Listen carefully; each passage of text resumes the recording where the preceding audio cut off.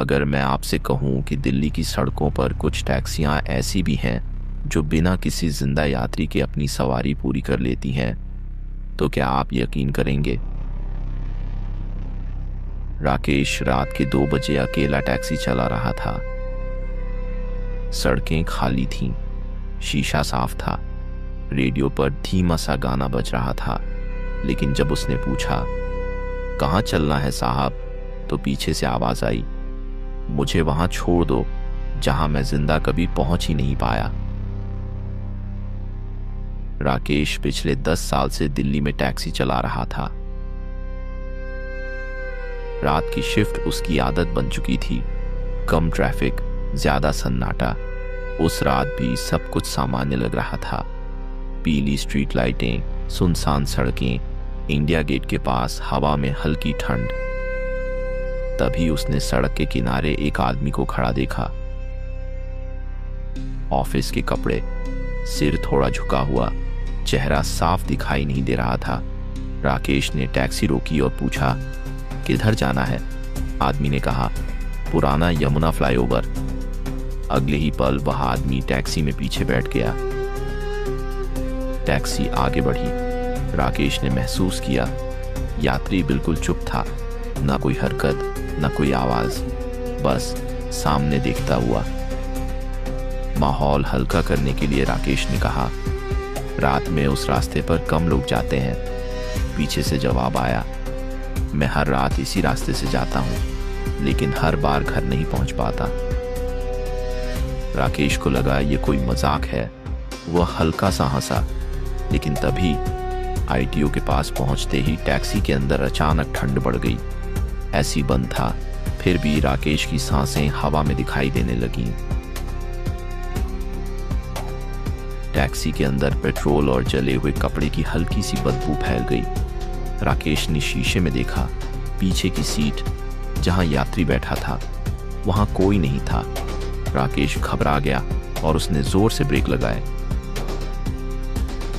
अगले ही पल जब उसने पीछे मुड़कर देखा, यात्री फिर से उसी जगह बैठा था, जैसे कुछ हुआ ही ना हो।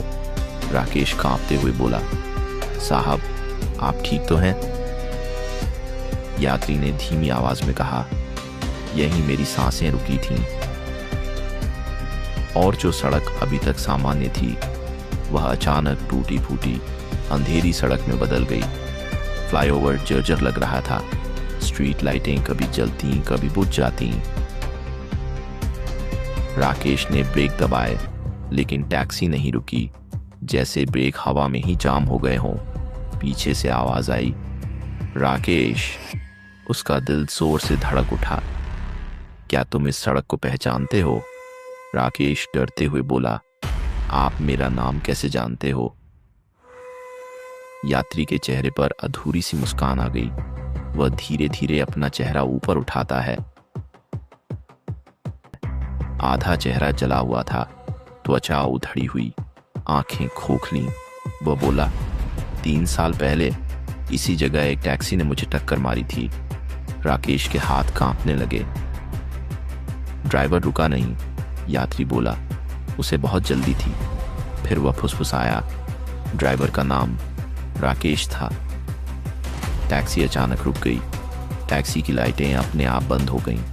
यात्री राकेश के बहुत पास आ गया, इतना पास जितना कोई इंसान आ ही नहीं सकता। हर रात, वो बोला, मैं किसी न किसी टैक्सी में बैठता हूँ और हर रात उस इंसान को ढूंढता हूँ जिसने मुझे मरने के लिए छोड़ दिया।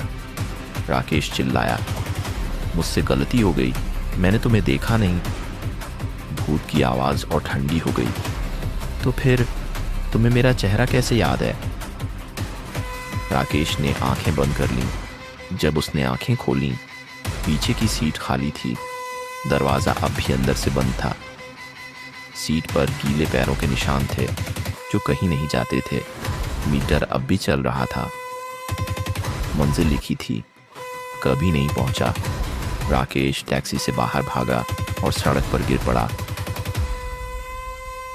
अगली सुबह अखबार की सुर्खी थी, पुराने यमुना फ्लाईओवर के पास एक और टैक्सी लावारिस मिली। कहते हैं आज भी दिल्ली की सुनसान सड़कों पर रात देर से एक टैक्सी अपने आप रुक जाती है और अगर ध्यान से सुनो तो एक आवाज़ अब भी पूछती है, कहाँ चलना है साहब? क्योंकि कुछ सवारियाँ कभी अपनी आखिरी मंजिल तक नहीं पहुँचती।